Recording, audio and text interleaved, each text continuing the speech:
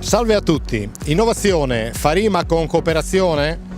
Per rispondere a questa domanda abbiamo chiesto aiuto al professor Michele Morgante, genetista dell'Istituto di Genomica Applicata di Udine, e che ci ha raccontato il suo punto di vista e ha risposto alle nostre domande. Eccole!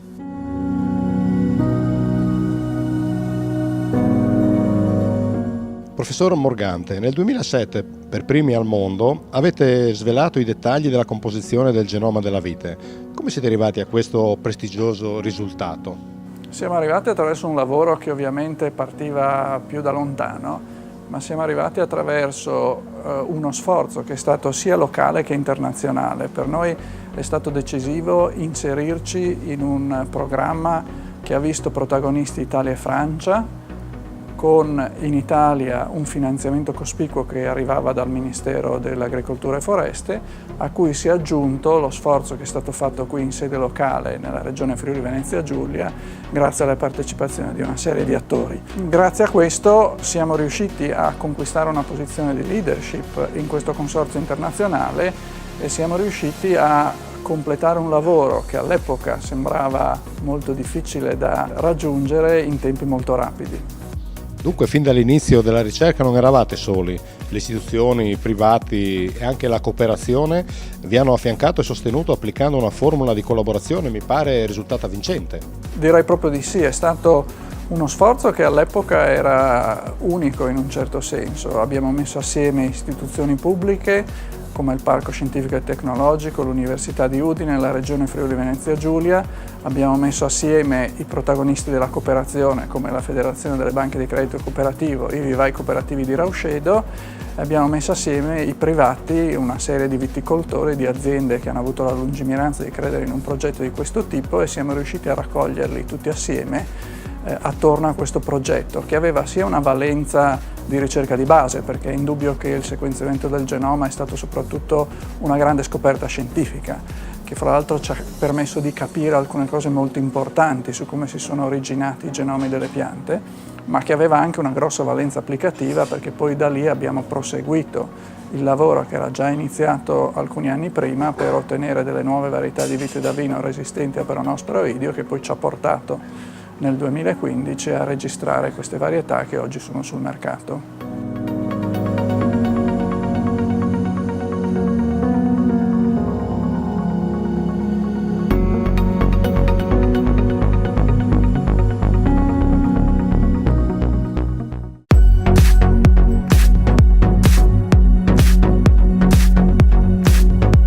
Professor Morgante, dal suo osservatorio, privilegiato dell'Istituto di Genomica Applicata, qual è il ruolo che la ricerca e l'innovazione possono giocare nella crescita del tessuto produttivo, in particolare regionale, visto che siamo qui in Friuli Venezia Giulia?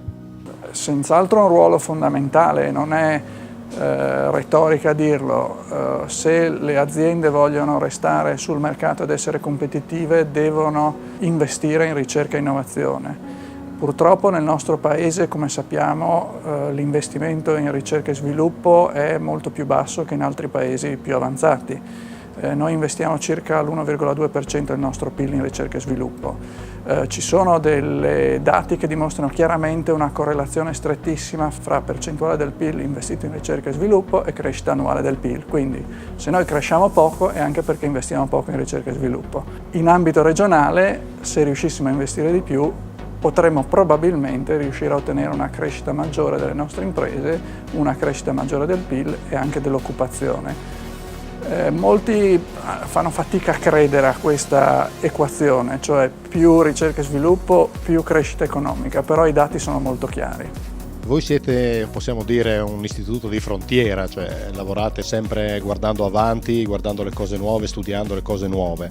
Ecco, in questi mesi ci fa qualche anticipazione, a cosa state lavorando e quali sono gli stimoli di ricerca che vi arrivano dall'esterno, dal sistema produttivo, in particolare agroalimentare, della nostra regione?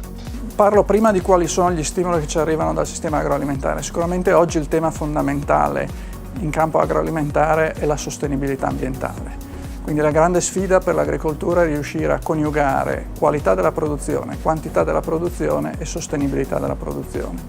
Per riuscire a coniugare questi tre aspetti l'unica strada è innovazione. e l'innovazione ovviamente passa attraverso la ricerca. La ricerca genetica può dare un grosso contributo per andare in questa direzione. Da un punto di vista scientifico noi stiamo lavorando direi su 3 temi principali. Uno è quello dell'utilizzo delle nuove tecnologie di miglioramento genetico, una delle quali viene molto spesso discussa sulla stampa, che è il genome editing. Sono tecnologie che ci consentono di andare a modificare in maniera mirata e precisa il DNA delle piante, andando a produrre mutazioni che sono identiche a quelle che avvengono spontaneamente in natura. Quindi noi stiamo sviluppando tecnologia per poter applicare queste tecniche, ad esempio alla vite, per riuscire a ottenere viti resistenti a malattie fungine come peronosporoidio, mantenendo intatta l'identità della varietà. L'altro tema è che queste tecnologie devono operare su geni che controllano caratteristiche importanti e molto spesso quello su cui dobbiamo operare non è il fatto di avere o non avere quel particolare gene, ma soprattutto il fatto di produrre più o meno di quel gene in un certo momento dello sviluppo della pianta. E questo vuol dire comprendere come nel genoma vengono controllati i livelli dei geni che sono espressi in un certo momento, quindi stiamo lavorando molto su quella che si chiama la variazione regolatoria. Il terzo tema, è che forse è il più attuale, è che abbiamo capito che non tutto è iscritto nella sequenza del DNA, che è un alfabeto molto semplice fatto di 4 lettere A, C, G e T.